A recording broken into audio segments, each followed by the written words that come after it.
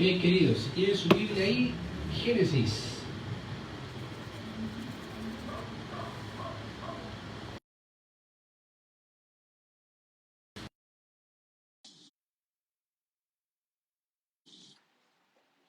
Génesis capítulo 2.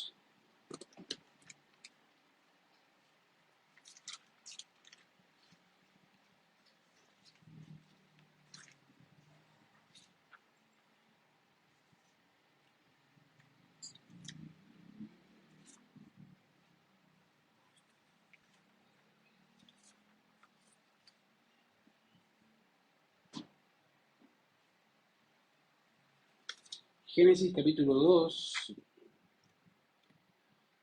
verso 9 al 16.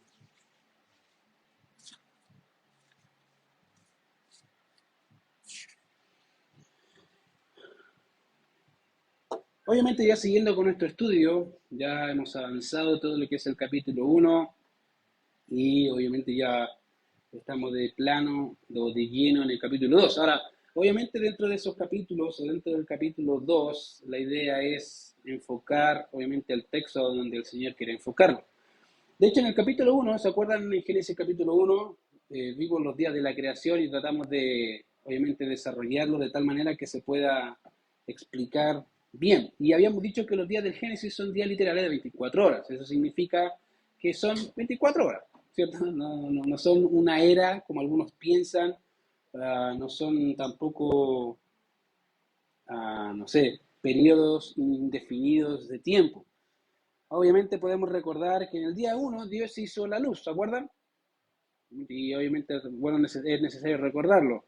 Cuando la gente enseña, o he escuchado maestros enseñar, dice que Dios creó la luz y las tinieblas. No, Dios creó solo la luz, tinieblas ya habían. Eso fue lo que Dios hizo en el día 1. En el día 2, Dios hizo la expansión o puso la expansión en medio de las aguas, ¿se acuerdan? Y separó las aguas de las aguas, y ese es básicamente el texto que nos dice ahí. Y en el día 3, Dios hace lo que básicamente hace que de la tierra seca, o Dios hace que la tierra seca salga a flote debajo de las aguas. Dice, ok, salga la tierra, y sale la tierra, obviamente, y obviamente debajo de los mares. De hecho, el mismo texto, si se acuerdan, en el capítulo 1, verso 11, dice así: después dijo Dios, produzca la tierra hierba verde, hierba que dé semilla, árbol de fruto que dé fruto según su género, que sus semillas estén él sobre la tierra, y fue así. Entonces Dios dice, ok, salga de tierra, y obviamente después que sale la tierra, dice, produzca la tierra hierba verde, hierba que dé semilla, y obviamente árbol de fruto que dé fruto según su género. Ahora, cuando tratamos de empezar a visualizar el orden de los acontecimientos expresados en ese capítulo con el capítulo 2, pareciera haber una pequeña o gran, depende cómo lo vea, dificultad. De hecho, si ven el capítulo 2, verso 9 y su contexto, obviamente, pareciera que andan a algo de ahí del capítulo 2, verso 9, con el Génesis capítulo 1, verso 11, no concuerdan. Y obviamente hablando con referencia al orden de cómo sucedieron las cosas. Si recordamos bien, el día en que el Señor hizo que se produjera la hierba verde, hierba que dé semilla, hierba de fruto y que dé fruto según su género, eso fue en el día 3, ¿se acuerdan? Eso dice ahí la Biblia, en Génesis capítulo 1, verso 11, dice que eso fue el día 3. Cuando, obviamente, y en Génesis 2, y que es la cita que estamos viendo hoy día, está dentro del contexto del día sexto. Y fíjense lo que dice dentro de ese pasaje en el versículo 9. Por tanto, sí, dice ahí, voy para allá rapidito, Génesis 2, 9, acá está.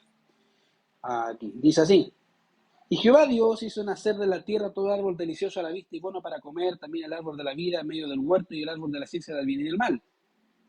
¿Se acuerdan?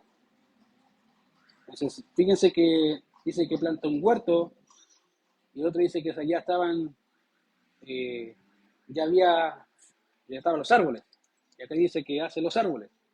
Entonces ahí como que pareciera que hay algo raro, como que estaban o no estaban. Y es algo interesante porque la cosa es cómo entonces sucedieron los hechos, según lo registrado en el capítulo 1 y en el capítulo 2. Ahora, para poder contestar esa pregunta de cómo se registraron los hechos en el orden correcto, debemos concentrarnos básicamente en entender bien lo que el verso 5 dice del capítulo 2. Por si acaso, mira lo que dice el verso 5. Y toda planta del campo antes que fuese en la tierra y toda hierba del campo antes que naciese, porque Jehová Dios aún había hecho llover sobre la tierra, ni había hombre para que labrase la tierra. ¿Me entiendes? Como que raro, ¿cierto? Como que ahí, si no lo leemos antes, no tiene sentido. Mira el 4 y el 5. Estos son los orígenes de los cielos y de la tierra cuando fueron creados el día que Jehová Dios hizo la tierra y los cielos y toda planta del campo antes que fuese en la tierra. ¿Qué fue antes? Las plantas.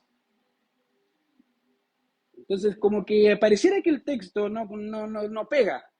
Ahora, obviamente hay otra traducción que me gusta un poco más, obviamente y nos va a ayudar a entender un poco mejor esa sección del verso 5. De hecho, la Biblia de las Américas dice así: y aún no había ningún arbusto del campo en la tierra, ni había brotado ninguna planta del campo, porque el Señor Dios no había enviado lluvia sobre la tierra, ni había hombre para labrar la tierra.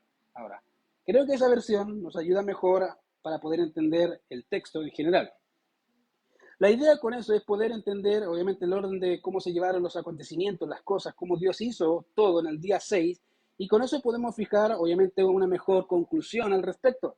Por tanto, cuando el texto del capítulo 2, verso 4 dice, estos son los orígenes, dice, si se fijan en el verso 4, dice, estos son los orígenes, ¿cierto? Eso dice su Biblia, ¿cierto? Génesis capítulo 2, verso 4 empieza, estos son los orígenes. Bueno, cuando dice eso, nos está indicando, básicamente, o nos está sintetizando todo lo que desde Génesis 1.1 a Génesis 1, verso 31 se expuso, o sea, todo. Cuando dice estos son los orígenes, está diciendo, mira, todo lo que ya te conté, en el capítulo 1, ahí está. Pero en el verso 5 del capítulo 2, nos sitúa dentro del día 6 y describe las condiciones de la tierra según Génesis capítulo 1, verso 10. Entonces, lo que hace el capítulo 2, perdón, el capítulo 2 de Génesis, en el verso 5, es colocarnos, literalmente, describir la tierra como estaba según Génesis 1.10. O sea, cuando Dios hace salir la tierra, ¿cierto? Y sale la hierba. Y dice que salieron árboles. Entonces, no está situando ahí. Ahora, cuando aparece la tierra y todo lo que está ahí. La pregunta es entonces, ¿cuál es el orden de las cosas? Todavía está como raro. ¿Cuál es el orden? Básicamente el orden es el siguiente, ¿ya? Y quiero que me siga. El Señor hace aparecer la tierra seca, según Génesis 1:11, ¿cierto? Eso dice. Y que nazca hierba verde con su semilla. Eso dice ahí. La hierba, el pasto básicamente. Todo lo que es de hierba. Dice que nazca ahí, que se produzca ahí. Obviamente, y después, obviamente, crea al hombre. En Génesis capítulo 6, perdón, en Génesis capítulo 2, o en el día, que sería el día 6, Dios crea al hombre. Y después de la creación del hombre, y de haberlo puesto en un lugar, Jehová Dios hizo nacer de la tierra todo árbol delicioso a la vista y bueno para comer. Ese es el orden. Dios hace la hierba, ya está todo ahí, básicamente con hierba, y está lindo. Pasa el día 6, Dios hace al hombre, y después de eso, Dios hace los árboles. Todo. Ese es el orden. Ahora, obviamente después de que Dios puso a Adán y Eva en el huerto, o en este caso a Adán en el huerto, ya estaban los árboles ahí, y era parte porque era el huerto, o era el paraíso, que se le llama también al Edén, al huerto de Edén. Ahora, con eso, sin duda podemos sacar una observación que puede ser interesante. Seguramente, probablemente, y quiero decir probable porque no estoy seguro, no lo sé, y el texto tampoco lo dice, seguramente Adán pudo haber visto la creación de los árboles. Probablemente. Pudo haber experimentado eso que el Señor hizo, hágase esto, y salieron los árboles. De alguna forma puede haber sido, o puede haber visto desplegar, ahí sí puede haber visto desplegar el poder de Dios, la creación de una forma madura, ya lista con frutos, y ahí estaba Adán en su forma madura también para llevar a cabo el plan. Y de esa manera, obviamente, ver el poder de Dios en su creación, su sabiduría, su inteligencia, y empezar a conocer más rasgos distintivos de Dios. Ahora, habiendo establecido el orden, básicamente hablando de los acontecimientos, ahora nos toca entender el texto, sus implicaciones y sus aplicaciones. Ejemplo, mira lo que dice ahí. Y Jehová Dios hizo nacer de la tierra todo árbol delicioso a la vista y bueno para comer. Y hay algo aquí que obviamente hay un lugar que conocer y obviamente es el Edén. El Edén, querido, es un lugar excepcional. No hay otro lugar como ese. Y fíjense que acá dice que Jehová Dios hizo nacer de la tierra todo árbol delicioso a la vista y bueno para comer. Y ya habíamos visto, obviamente, que Dios hizo nacer, obviamente, todo árbol delicioso y para Adán, pero junto con eso debemos notar dos cosas. Uno, en primer lugar, Dios creó todo bueno. Y eso lo vimos la semana pasada, ¿se acuerdan? Querido, Dios cuando crea todo, Dios lo crea todo bueno, excelente, todo. Y obviamente tiene relación, y eso todo bueno tiene que ver con el hombre, ¿cierto? El hombre para que pudiera vivir, para que pudiera desarrollarse, para que pudiera subsistir. Todo Dios le dio todo al hombre, toda la capacidad, todo lo necesario para que él pudiera desarrollarse. Todo. De hecho, Génesis 1:31 dice, y culmina todo diciendo, y vio Dios todo lo que había hecho y aquí que era bueno en gran manera. Y la palabra gran manera básicamente significa o puede ser traducida extremadamente bueno, excelente, vehementemente bueno.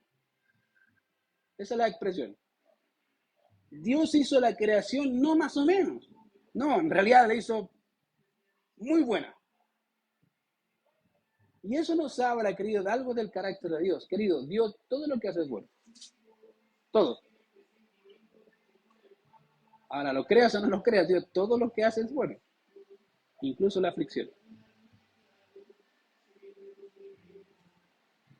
Y eso es algo que al creyente y a cualquier persona le cuesta entender. Querido, Dios, todas las cosas son buenas. Ahora, algo que el creyente lucha generalmente es que Dios pueda hacer algo malo. Querido, Dios también hace lo malo. Dice, ¿cómo? Bueno, depende de cómo describas malo. Si malo significa pecado, Dios no hace eso. Pero si malo significa problema, sí, Dios hace eso. Dios crea dificultades, ¿cierto? Dios nos pone en momentos críticos. ¿Y eso significa que Dios es malo? No, significa que Dios es muy bueno.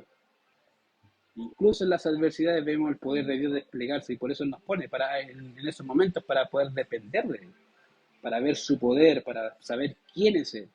Y al final de ello decir lo que dijo Job, de oído te había oído, mas ahora mis ojos te ven. Querido, no hay mejor verdad o no hay mejor comprensión que aquella que no solamente entiendes con la mente, sino que también vives con el corazón. Y eso es algo que hay que entender, querido. Dios, todo lo que hace es bueno. La Biblia dice que a los que aman a Dios todas las cosas les ayudan para bien. Todas. No algunas.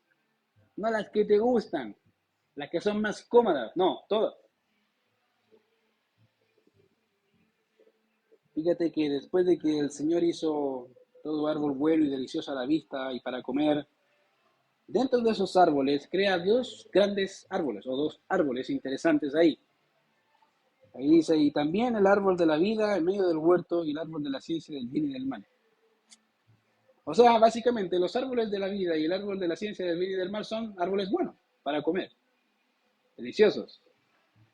Y obviamente dice ahí que eran buenos, dice el texto, que era árbol delicioso a la vista y bueno para comer, todos, incluyendo estos dos árboles.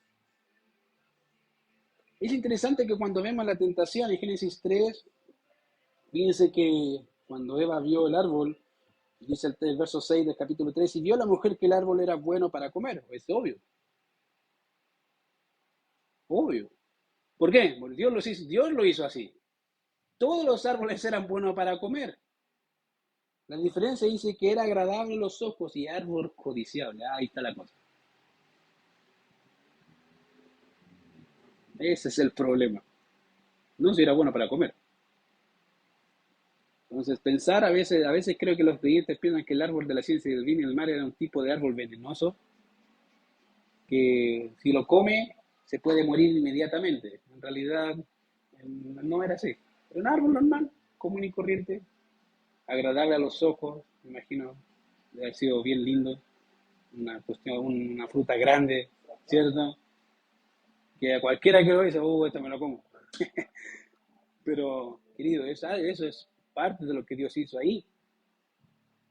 Obviamente, todos los árboles, incluso estos dos árboles, el árbol de la vida y el árbol de la ciencia del bien y del mal, eran buenos y en gran manera codiciables o de gran valor. Y lo digo y repito, porque pareciera que cuando leemos el texto, la gente piensa nuevamente que el árbol era malo. Querido, el árbol no era malo en ninguna parte. O que por consecuencia de la existencia del árbol, el hombre cayó. Es que el árbol existiendo, el hombre cayó. Querido, puede haber sido cualquier otra cosa. El árbol no es el punto principal en todo esto. Aquí lo que estamos viendo básicamente estamos preparando la escena. Es interesante.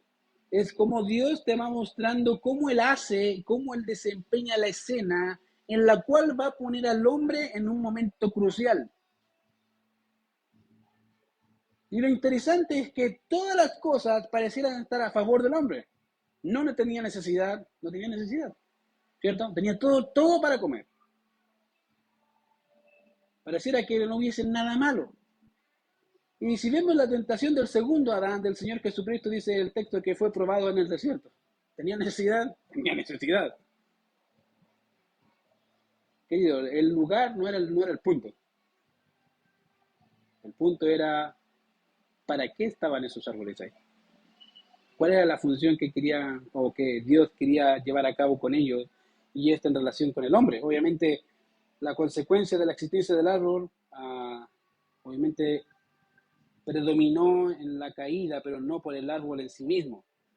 Ahora, lejos debe ser en su mente pensar que el punto aquí es el árbol, ¿no? El árbol acá no es el punto, en realidad. Ya, no nos olvidemos que fue Dios quien lo hizo y que hizo estos árboles buenos. Ahora, tenemos a estos dos árboles en el huerto y hay un pequeño detalle geográfico que necesitamos abordar. Fíjense que la Reina Valera dice, o pareciera decir, que el árbol de la vida estaba en medio del huerto. ¿Se fijan? Dice ahí.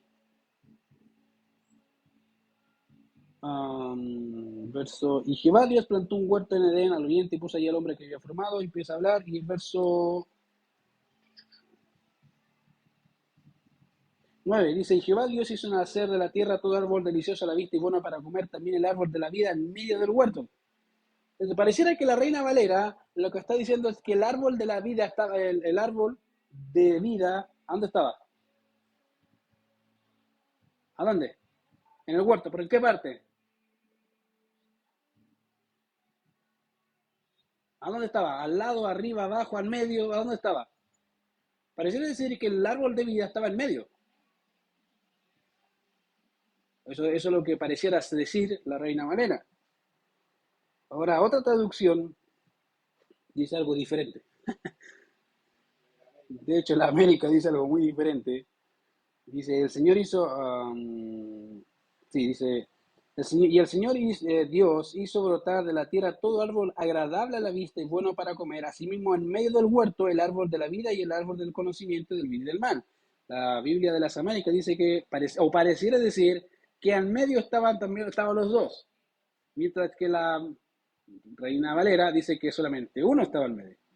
Ahora, ¿cuál es el punto? No importa si estaba estaba uno o estaban los dos. Lo que importa es que ambos árboles estaban ahí y tenían un propósito. ¿Ya? Tenían un propósito. Tanto el árbol de la vida como el árbol de la ciencia del bien y del mal están en el centro del huerto o no, no es el punto. Ahora, la idea del texto básicamente comunica que ambos árboles estaban en el interior del huerto donde Dios había hecho crecer los árboles y estaban listos para el consumo. Hasta aquí todavía no hay orden, así que podía comerse, ¿cierto? Sí. Si Adán hubiese nacido ahí, hubiese estado ahí, él podía haber comido, sí, porque no hay orden. Donde no hay ley, tampoco hay transgresión y no hay pecado. Por lo tanto, libre hubiese sido de culpa y de pecado porque no había mandamiento. Así que los árboles, fíjense, hasta este punto, son árboles. Uno dice el árbol de la vida y otro el árbol del conocimiento del bien y del mal. Ahora, para Moisés no es suficiente mostrar la ubicación de estos árboles, y obviamente es muy particular, sino que incluso especifica la localidad geográfica en donde el huerto mismo se encontraba. Y obviamente la primera evidencia que nos arroja la encontraremos en el verso 8. Dice, Jehová Dios plantó un huerto en Edén al oriente. Eso dice, estaba al oriente de Jerusalén. Y otras especificaciones geográficas la encontramos en el verso 10 y en el verso 14. Y hasta el verso 14. Y salía de él un río para regar el huerto, y de allí se repartía en 4 brazos. El nombre de uno era Pisón, este es el que rodea toda la tierra de Ávila, donde hay oro, y el oro de aquella tierra es bueno. Hay allí también Pedelio y Ónice. El nombre del segundo río es Guión, este es el que rodea toda la tierra de Cus. El nombre del tercer río es Hidekel, este es el que va al oriente de Asiria, y el cuarto río es el Éufrates. Sí, Tigris, es el mismo. ¿Ya? Ahí dice, la Valera dice Hidekel, pero es el río Tigris. Es exactamente el mismo río, solamente cambian en las versiones. ¿Ya? Ahora, si notamos la primera sección de la referencia, nos dan 2 ríos. Ahora, los 2 primeros ríos que se mencionan ahí son los ríos más debatibles. No se sabe con precisión cuáles son. Pero hay 2 que no son debatibles por ningún lado. Uno es el Tigris y el otro es el Éufrates. Esos son más conocidos. Esos sí que son conocidos dentro de la Biblia. Aparecen. Sí, el Éufrates sobre todo. Y creo que el Tigris también. ¿Ya? En otras palabras, el texto nos dice, obviamente, lo siguiente. Dice que por el huerto cruzaba un río y al salir del huerto se dividía en 4. O sea, el huerto mismo tenía un río que cruzaba el mismo huerto. O sea, en simples palabras, el huerto era bien hermoso. Tenía un río, fruta en abundancia, tenía los animales herbívoros, había paz, tranquilidad, y ahí está el hombre, listo y dispuesto. Bueno, en realidad todavía no, porque todavía no lo cree. Pero ahí está, se supone que lo va a plantar ahí en el huerto, y eso es algo que obviamente aparece. ¿Por qué? Porque hay una tarea que hay que hacer, obviamente, y es lo que dice el Señor. Dice ahí, tomó pues Jehová Dios al hombre y lo puso en el huerto de Edén para que lo labrara y lo guardase. Ahora, leyendo el libro, obviamente, yo estaba leyendo el libro respecto a este mismo tema, y me gustó lo que dice con referencia a que el Señor pusiera el nombre en el huerto, pusiera al hombre en el huerto. Él dice así, el autor de ese libro dice así: después de la preparación del jardín en Edén, Dios puso al hombre allí para que lo labrara y lo guardase. Lo puso, no expresa meramente el traslado allá, sino el hecho de que el hombre fue puesto ahí para vivir una vida de reposo, no de inactividad, sino en cumplimiento del curso que le fue asignado, el cual era muy diferente al problema y a la falta de descanso en el fatigoso trabajo al que fue sujeto por el pecado. Y eso es verdad. ¿Usted cree que Adán no tenía nada que hacer? No, no estaba en inactividad, él tenía harto que hacer. De esas cosas, más adelante dice el Señor que le tiene que poner nombre a qué? A los animales. Y no era uno. A eso tiene que añadirle que tenía que cuidar la tierra, mantenerla. Eso significa labrar y cuidar, mantener, porque es tierra, pues la tierra si no se cuida, ¿qué pasa? Si usted deja una planta y no le echa agua, ¿qué pasa a la planta? Tenía que cuidarla. ¿Por qué? Porque estaba propensa, obviamente, también al desgaste natural. Ahora, era parte del trabajo de Adán llevar a cabo eso. Ahora, dentro del texto, el paraíso fue diseñado por Dios para que el hombre no solo estuviera ahí, sino para que lo labrara o trabajara. Y ya he dicho en otras ocasiones, querido, que a veces se ha dicho, y creo que hay personas que no entienden el texto, que dicen que el trabajo es una maldición, querido. El trabajo siempre fue una bendición desde antes de la caída. Ahí el hombre está trabajando. Si no te gusta trabajar, lo siento. Ese va a ser tu cruz, pero es parte de la labor. Es algo que a Adán se le dio desde Génesis, capítulo 2, ¿ya? Y es parte, Adán era el visir del rey del universo y tenía que llevar a cabo esa función de tal modo que pudiera glorificar al Señor con todo lo que implicaba. Obviamente, por otro lado, el hecho de cuidar del Edén también era parte de su labor para que éste pudiera ser un reflejo de la gloria de Dios en su máxima expresión en medio de los hombres, y eso debido a que éste fue diseñado para el hombre y por ende es el mismo hombre quien debía cuidarlo y mantenerlo. Dice en vista de esa labor que el sábado fue creado por causa del hombre. Querido, es por eso. Es aquí donde se inicia el desarrollo físico, intelectual, social, moral y espiritual del hombre, de aquí para adelante. ¿Por qué? Dice, ¿pero por qué? Bueno, esta era la razón por la cual Dios plantó dos árboles particulares. Y obviamente uno era para entrenar en la obediencia a la palabra de Dios, aquel, a aquel que fue hecho a su semejanza, y el otro era para que su propia naturaleza terrenal fuera transformada en la esencia espiritual de vida eterna. ¿Sabe cuáles son esos dos, cierto? Uno fue para qué, para prueba, para ver el estado espiritual de la primera creación viviente, a la imagen de Dios. Era poner a prueba la obediencia a solamente un mandato. Sí, era una orden. No eran 10, era una. Y el otro era, fíjate, y el otro árbol era, ¿para qué? Para que obviamente su propia naturaleza, la propia naturaleza del hombre, fuera transformada a la esencia espiritual de vida eterna, sin morir, en una comunión eterna con el Padre. Ahí están los dos árboles.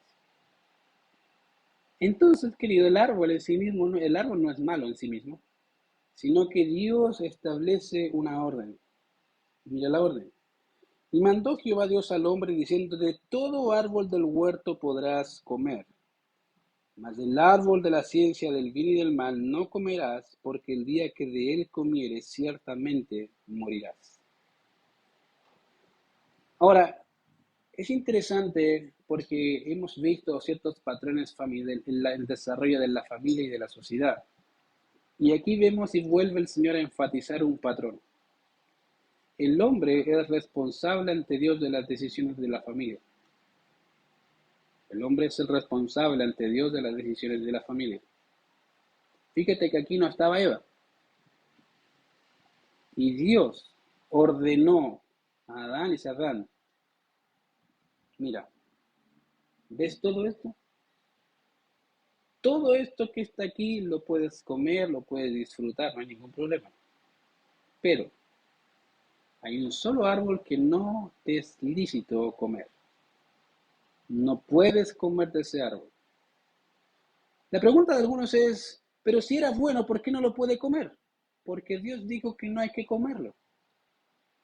El punto no es si era bueno para comer o no era bueno para comer. Vimos recién, hace un poco de tiempo atrás, que todo lo que Dios creó era bueno en gran manera. El árbol no es el punto. Podía haber sido otra cosa, no importa.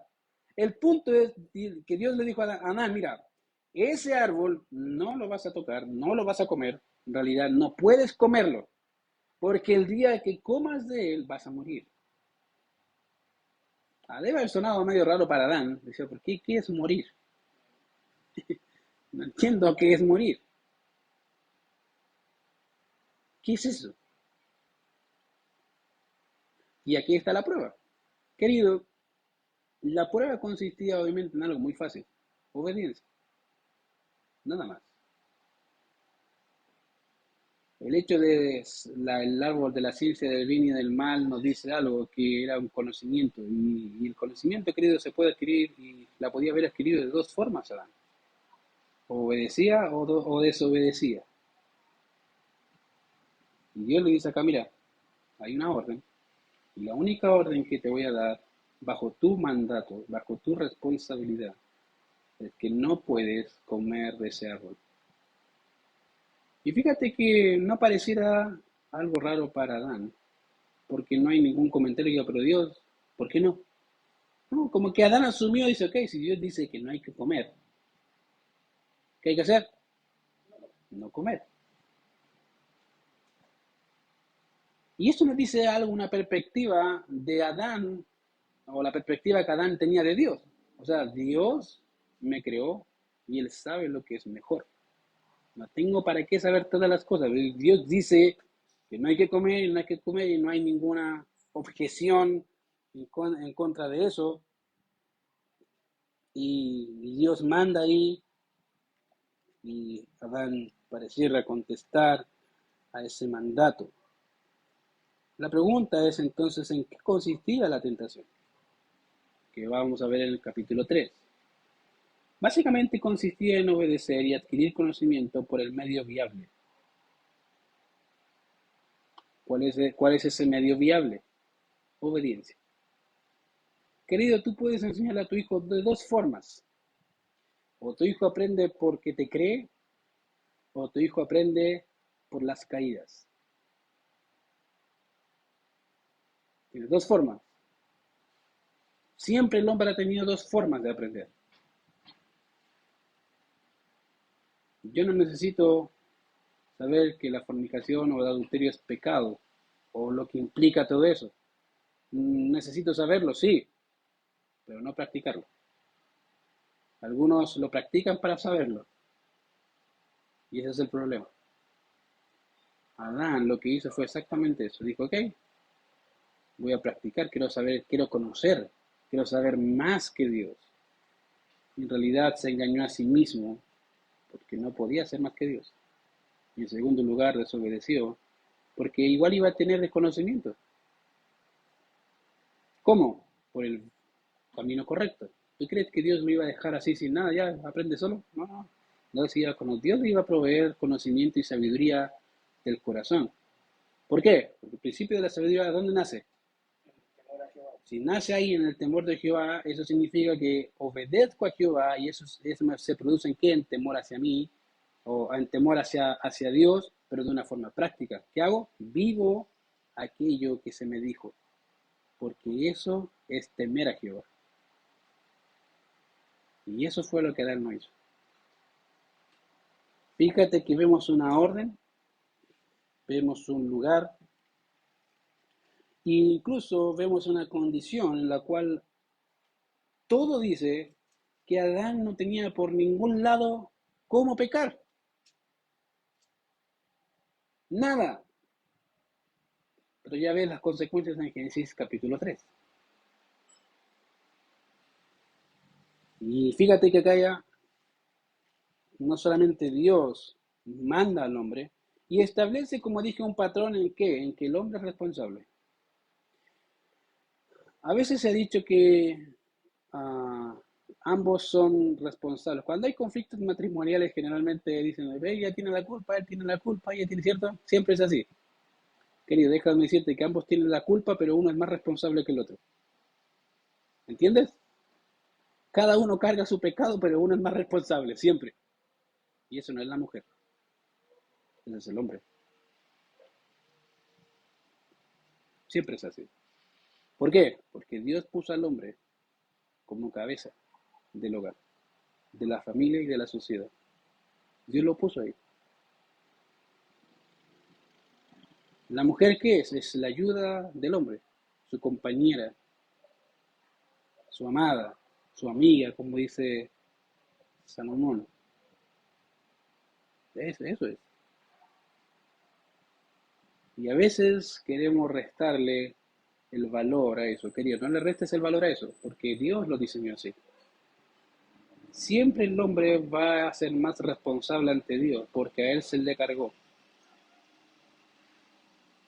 Tú puedes decir, pero Dios, yo le dije. No importa. ¿Quién tenía que vigilar que esa cosa funcionara? Dios, Señor, ya. Y eso es así. Te guste o no te guste, la realidad es esa. Dios nos manda a nosotros los varones a ser cabezas. Nos guste o no nos guste. Y fíjate que en la sociedad actual una de las cosas que ha pasado es que el hombre es cabeza cuando le conviene, no cuando no le conviene. Querida, tenemos que reconocer que necesitamos hacer cabeza siempre, aunque haya problemas y asumir los problemas. Con gozo y con sabiduría, Señor, dame sabiduría, cómo salir de esto, pero ayúdame. Mira qué hizo acá después que Dios le dio la orden y la sentencia de esa orden, que era morir. El verso 18 dice, dijo Jehová Dios, no es bueno que el hombre esté solo, le haré ayuda idónea para él. ¿Te fijas? Ahí está. Después de que Dios estableció todo el orden de las cosas, dice, ¿sabes qué? Hay algo que le falta al hombre, y eso es su ayuda idónea, su compinche, su media naranja, como decimos nosotros, ¿cierto? Le falta esa parte que no tiene, le falta. Y esa es una labor que es de las mujeres, es ayuda idónea, es la parte que nos falta.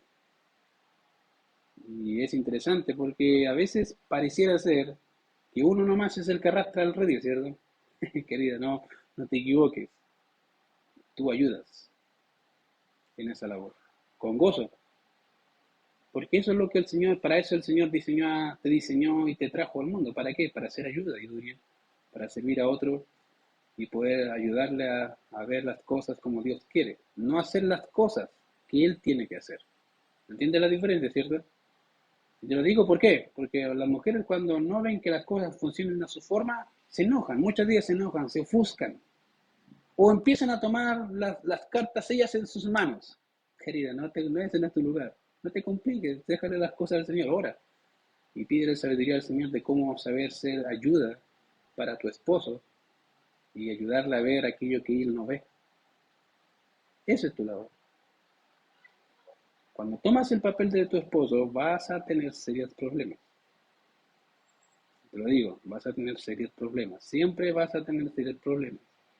Y probablemente no los vas a ver al principio. Pero con el tiempo, esto es como una bomba de tiempo. Empieza hasta que explota y después dice, no sé qué pasó. Y después vamos a preguntar, ¿qué pasó? Pasó esto, pasó esto, pasó esto, pasó esto, pasó esto, pasó esto. Es una bomba. Querido y querida hermano y hermana, cada uno tiene su rol y cada uno debe disfrutar su rol. Debes gozarte en tu rol. Y gracias Señor porque soy cabeza, gracias Señor porque soy ayuda. Quiero ayudar. No soy la que hace el trabajo, soy la que ayuda en el trabajo. No soy, uh, no soy el que está debajo, soy la cabeza. Querido, no hay mejor cosa que hacer y ser aquello que el Señor quiere que seamos, ¿cierto? Y en este punto vemos a Adán con gozo, siendo la cabeza, y vamos a ver a Eva también cómo participa de esa labor, pero también cómo se equivoca en su labor. ¿Quieres verlo? Lo vamos a ver la próxima vez que nos juntemos Dios mediante. Vamos a ver. Señor, te damos gracias por este tiempo, gracias por tu palabra, gracias porque nos bendices, porque nos ayudas. Y te rogamos, Señor, que seas tú obrando, guiando y transformando nuestras vidas, Señor, para tu gloria. Gracias, Señor, porque vemos patrones tan marcados acá. Y, Señor, en medio de este mundo que quiere cambiar, Señor, las cosas, permítanos ser fieles a tu voz. En Cristo Jesús oramos. Amén.